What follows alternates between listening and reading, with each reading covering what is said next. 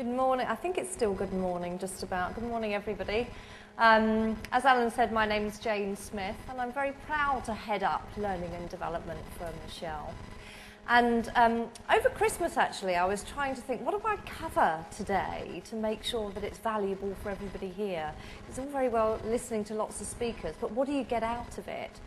So when I was thinking about today, I wanted to make sure that I could express to you the value that we've been bringing to Moonshell, but also the value we've been bringing to our employees, because it's been a two-way sword, and how I could sum that up for you as an introduction.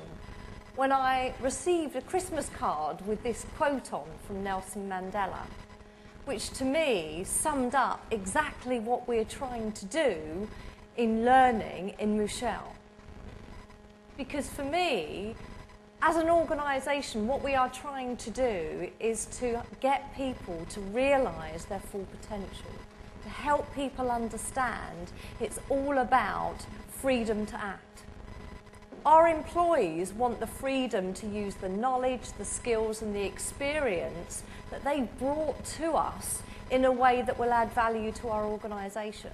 And they want to feel that when they've brought that, that we appreciate them and that we respect them for what they've brought.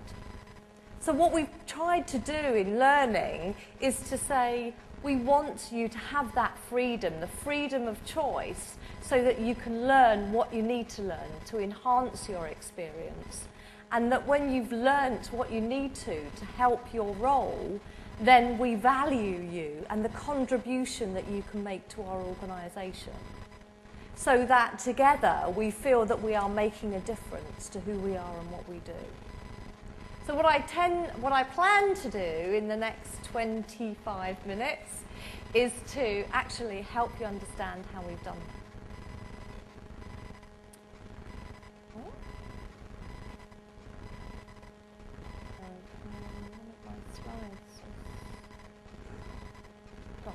Okay, well, let me tell you a bit about Moonshell. Who's heard of Moonshell? Hands up. Some of you? Fantastic, excellent. It's normally zero, so I'm really pleased about that. Moonshell are a consultancy and business services organisation, and we basically are an organisation who have recently been given 2 stars by Best Companies, so we're very proud of that. We have revenues of about £448 million. And we have a future order book of about 2.5 billion that we can see today. So we can see our future pipeline. One of the greatest things about us is that we have some excellent people with some brilliant skills, and they love what they do. So we're on to a good starting point.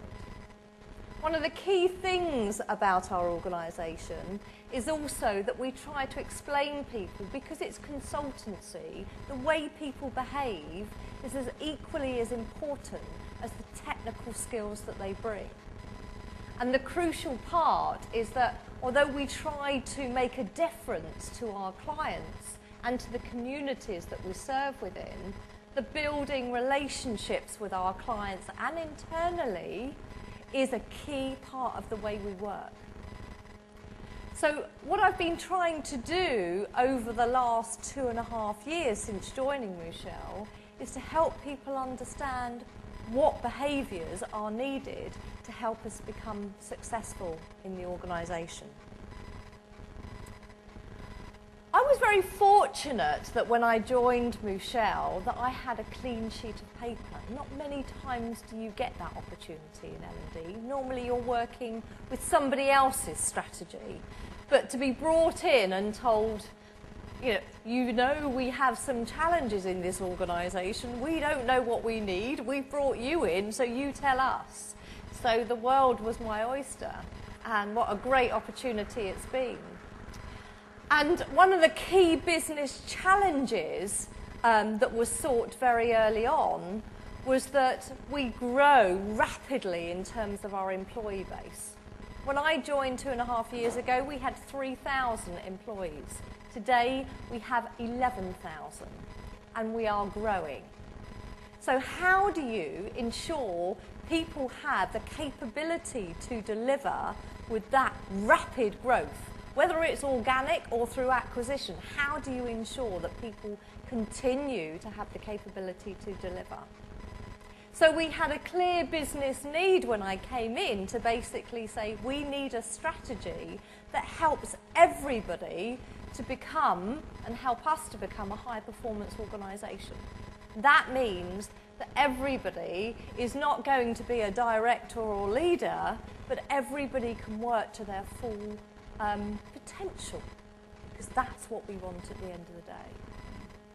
So this strategy was put together to basically say that, yes, we do want to create a high-performance culture. Yes, we want all employees to be there. Therefore, our learning and development solutions needs to, A, make sure that it meets all business needs, and B, that it impacts everybody across the organisation. Hence why we have a number of resources that have now been put in place to support that. And just to give you some perspective of this, when I also joined, we had 2 programs, and that was it.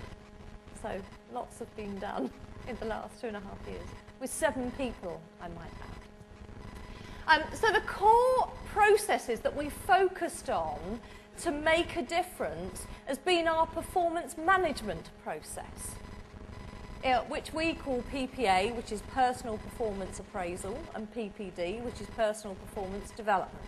So these 2 processes are absolutely critical for us to say to our employees, everything you do and how you behave can have a huge impact on us as an organisation. And we want to help you understand how. And therefore, our intent over the next 5 years is to help you understand what that's about and how you can make this impact. So how did I see my role as head of L&D, and how would I bring this to life? Well, I needed to meet those business needs, because as we all know, this is the light and fluffy stuff that if business goes bottom up can get cut very easily. So it was absolutely fundamental for me that when asking this question, I spent time out in the business to say, what do we need? Not what do we want? And how do we impact the overall performance of the organisation? How do we ensure that learning is pervasive? Well, we needed to ensure that everybody is capable. Moving from 3,000 to 11,000 in just 3 years, you're starting from a 0 base nearly every day because you're bringing new people in who are not used to our culture. So ensuring that we continually understand people's performance, their strengths and their gaps, so we can help them to reach their full potential. We need people to understand that what they do actually impacts on the overall performance of the organisation, and that they can make a difference, and that's important for them to see. That it's not just a tick in the box exercise in terms of appraisals, it actually impacts on the bottom line. It's also about understanding management behaviour. We have highly technically competent people who are experts in their field. They are, shall we say they weren't always very good at the people side. Technically we will sort this out, but we'll let people sort themselves out, which we know doesn't work. So it's providing some way of saying to managers, we need you to care about your people too, not just the technical side. And by having a benchmark so people could see what effective management was like. And also to extend that by saying we want you to progress and grow your people and have a clear development path, and we want you to understand what that looks like and your people to understand what that looks like. So where did I start? First 3 months, not a day in the office. A day in all our 102 offices, understanding the business, understanding the challenges, what was going well, what was going wrong, what were our key enablers for success, and what did we need to achieve if we were going to be perceived as a high-performance organisation. Like Etty, we had a competency dictionary, but a very, very difficult one for people to understand. So we needed to build a competency dictionary where people could see high-performance behaviours. So we interviewed every board member, every senior manager, every middle manager, and said, if we looked at success of Moonshell, what would it look like? What would people be doing, and how would they act? From that analysis, we built the behavioural competency dictionary that we have today, so that we know how people can behave to make a difference to the organisation. Those behaviours were built into our appraisal process, so twice a year we monitor them and we reflect how well we're doing and what we need to focus on for the next year. We also built a management framework called Managing the Moonshell Way, which is basically saying we now need you to upskill as managers, but what does that look like? What does that mean to me? So we needed to help managers understand what those activities were, and this is what the framework is about, which I will show you just later on. And then we built learning activities, whether they were online, on the job coaching, or books and resources for them to look at, but different learning solutions that were linked to both our competency dictionary and our management framework. So people could see, if I'm not good at this area, how do I improve? How do I get better, and what does that mean? And we trained the world on performance management. Over 3 months, we just went up and down the country training 700 people on what performance management was about, how did it impact you as an individual, explaining to people about the learning and development strategy and about behavioural competencies. So we did a huge communication exercise that basically challenged their thought process to take them away from a tick-the-box activity to this is something fundamental to both our success as an organisation, but it's an opportunity for you to get praise, because we see appraisals about praise. So what else did we do to try and create this high-performance culture? Well, the first thing we did was to put in a structured induction programme, a very clear, interactive process that enabled everybody from before they actually joined the organisation to have an interactive CD-ROM and understand who we are and what we're trying to iterate to our clients that's important about the way we work. It allows people to see success in that 3 months period and help them to monitor their progress. We also had a heavy focus on study support, continuing professional development, and saying to everybody, we want you to have a minimum of 5 days every year devoted to your learning, whether that be, again, online learning, on the job, whether it be going to conferences or networking, but opportunities for you to progress your knowledge, skills and experience. We also brought in a number of programs to help them see how they could progress, so that we have a whole structured development plan now from graduates right the way up to our senior leadership team. We also wanted to create this learning culture where people started to network. So we brought in communities of practice in certain fields. We brought in a learning network. I remember in my first couple of weeks in the company, I had people say to me, look, learning's not my job, but I'm really interested in it. Is there anything I can do? And in the end, we had 30 people who were passionate and interested about learning and who met up on a quarterly basis to talk about how they could actually influence learning within their area of the business. Got a disco next door. I won't sing. I'm a terrible singer. When we looked at the performance management and run the workshops, and the first 700 we put through in a 3-month period, What we wanted to try to do is to help them understand that they could impact the overall performance of the organisation.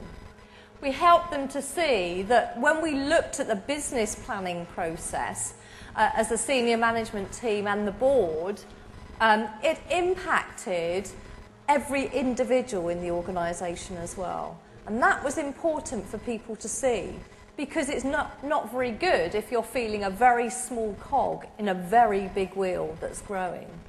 So the whole purpose of the workshops was to help people understand that it really was about them and they could make a difference. One of the other things that we did is to help them see the value of the appraisal by looking at the previous year's staff survey results. And one of the key things that kept coming up from the staff survey results was about having a fair assessment, where people felt that they had an appraisal and that it would make a difference. And that if they actually performed, they would get recognised for that.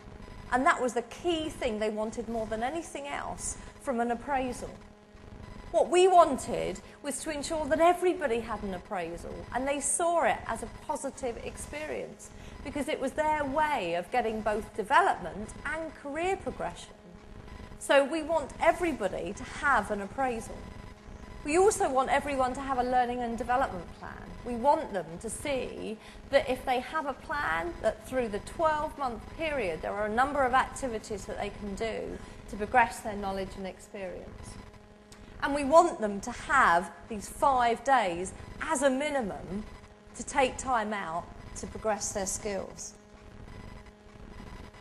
We also focus, as I said earlier, on the managers, because we knew that they weren't very proficient, shall we say, at their management behaviour. It wasn't something that they'd focused on as a priority. So managing the Moonshell Way was our way of saying, if you do these activities, if you put these things in place on a day-to-day basis, then you're going to make a difference. You're going to empower people, you're going to give people the ability to make decisions that impact positively the business. And these are the 6 core areas that we focused on. This is the actual framework that we have in place. And as you can see, there are a number of activities here that you would do on a day-to-day basis, like sit down and have a discussion, like have a meeting, set objectives, very easily simplistic, practical activities, but if they're done, make a big difference to how a team or individual feels about what they're contributing. We also focus very much on career development, and to say, yes, we have some very strong, technically excellent people, but we want people to have a mix of skills and experiences and go through a multitude of disciplines. So when they progress throughout their career, they bring so much value because they've had a mix of experiences. But all are underpinned by our behaviours and our values. That goes without saying, and it's not an addition, it's mandatory and foundation.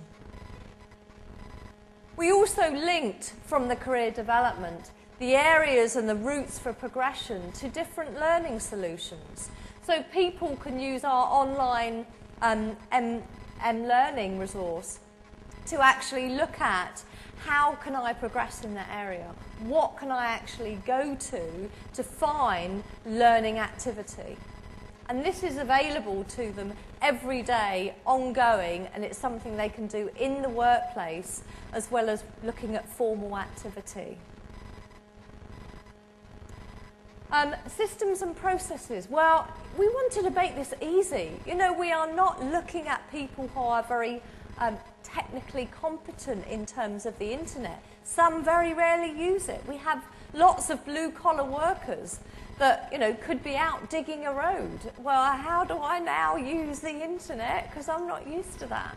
And we have to recognise that we have people like that. So bringing mind-blowing science just would not work. Therefore, our philosophy is make it simple. We have one system, we have one process, but many ways in which people can learn. So having a balance of activity has actually helped bring this to life. We also align very much in terms of learning activity to our HR strategy. And our overall HR strategy is about employee engagement and simplicity in our approach. So we have a system that takes all of the activity for employee engagement and brings it in one system so that we can have consistency, we can have management information that's very constructive and aligned across the business. It's moved again. Apologies for that. It is 2006, 2007 activity. But these are the staff survey results that we've actually measured over the last couple of years to say, well, we've been putting all these things in place. We've actually, increased our learning resources tenfold. We've increased our budget by 50% year on year. And we've been out in the business constantly helping them understand how this works. So what impact is this making on the business? And the biggest impact that we're getting is people's understanding of performance management. They get the message. They understand why we need to do this and the value that it brings. Managers' ability to give constructive feedback, whether it's in the appraisal process or outside, means they're getting better interaction with their people. And the people are loving it. The participation in appraisals is also increasing. People see it now as a fulfilling and worthwhile activity. And we know that that's increasing all the time. And as a result, it's impacting on people's overall perception of Moonshell as a good place to work. Okay, all right. I'm nearly there. We carried out our re-accreditation of IIP in December. And we had 400 people go through the process. Every single person brought their appraisal documentation. Every single person brought their learning and development plan. And every single person had a good word to say about working with us. We didn't ask them to do that. They did that off their own back because they felt that it was an activity that they should do. And the key thing is that this empowerment and the freedom to make a choice is coming through time and time again. They also made specific comments around our induction, about coaching, management ability and performance management, and seeing this as an actual vital activity and helping them as individuals. And our managers are also noticing that it's making a big impact on the business. They have gone from people who may have been cynical or not seeing the value to people who are proactively putting comments and feedback on our internet site to basically say, we need to do this. This is vital. It's not an option. And we can see that it will increase, the way that we are perceived, both as an organisation and as individuals. It has now been seen as critical. So what has been done? Well, communication has been the key. Absolutely. We are there, out with the clients, out with the employees the whole time. The board involvement has been phenomenal. Our CEO actually runs a programme called Taking the Lead every 6 weeks, up and down the country, and has it in his diary for the next 3 years. He is visible, he is very supportive, and not just we tell him to, he's very passionate. And the feedback that we get through their involvement is that they care about what we do and how we are progressed. We also have things like our board members contact people if they don't turn up on courses. So if they miss a course because they feel that something is more important in the working environment, then they will ring and say, this is equally important. It's very good for us to hear that. And there's a very strong link with the board's objectives every year and the strategy that we bring to life. So as I said, I've talked very much about how our CEO supports learning, but also learning plays a key part in our senior management conference that happens every year, and also on our major projects and programs that we have ongoing. We have senior sponsorship ongoing. We also have, from our group management board, somebody attending our induction, which runs every month. Every single first line manager program we get attendance on, and every senior manager program we get attendance on. When you add this up on a year, it's a phenomenal activity that our senior management team and board proactively support. So learning for me has become a way of life. The ultimate recognition is from our CEO. When I said to him last March, well, how do you think learning is making a difference to Moonshell? And his comments were that he feels that our strategy has really brought focus both on performance and people's behaviour, which is crucial to high performing and us as an organisation. And he feels that the personal and professional growth that our strategy is bringing is impacting our managers' behaviour and ability to perform. And therefore, he is very strong at promoting for all the management team to proactively support the importance of learning for all and making sure that this is pervasive across the organisation. So I hope that I've taken you through the experience that I have created over the last couple of years, but shown how our management team and our organisation have taken this and embraced this and made it a way of life. We are still very much, in Etty's words to use, on a journey, but it's a journey that has progressed tremendously over the last 2 to 3 years. Thank you.